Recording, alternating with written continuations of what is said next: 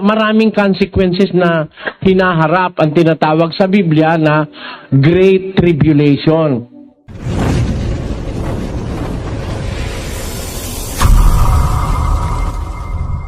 Mahatma kay kani.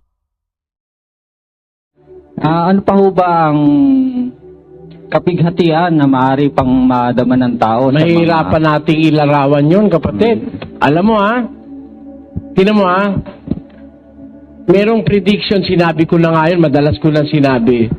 May prediction ng mga siyentipiko na by the year 2000, magiging average temperature of the earth is 43.6 degrees centigrade. No? Kung yun magkakatotoo, magkakaroon ng abnormal na temperatura sa iba-ibang panig ng mundo. Minsang mainit na mainit, minsang malamig na malamig. Ganun na mangyayari. There will be extremes in temperature. Extreme coldness and extreme hot. Extremely hot. Ganito ang consequences noon. Yung may mga sakit na hika, kagaya ko, maaaring pag na ganon, sumpungin.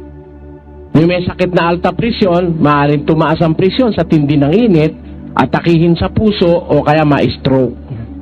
Ayan.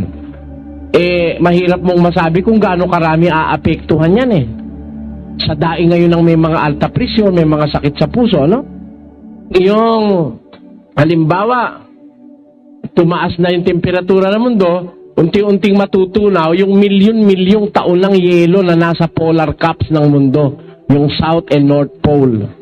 Milyon taon nang nandun yung yelo na yon, mag-uumpisang matunaw yon. Tataas ang dagat, tataas ang mga ilog, maraming lulubog na mga panig ng mundo. Kagaya ng Holland, nanganganib na siya lumubog dahil talagang mababa ang Holland. Ano kasunod nun?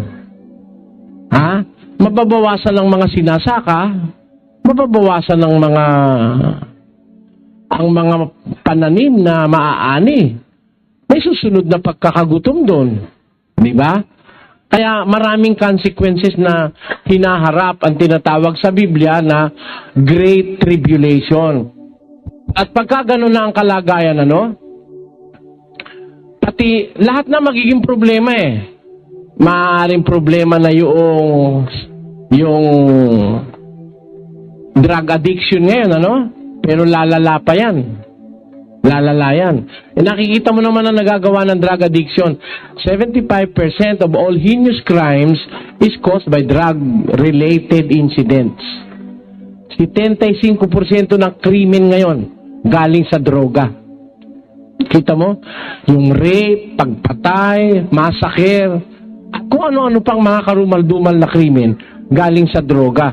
Pataas ang antas niyan Imagine you are not safe in your house kung ang kasama mo sa bahay, drug addict.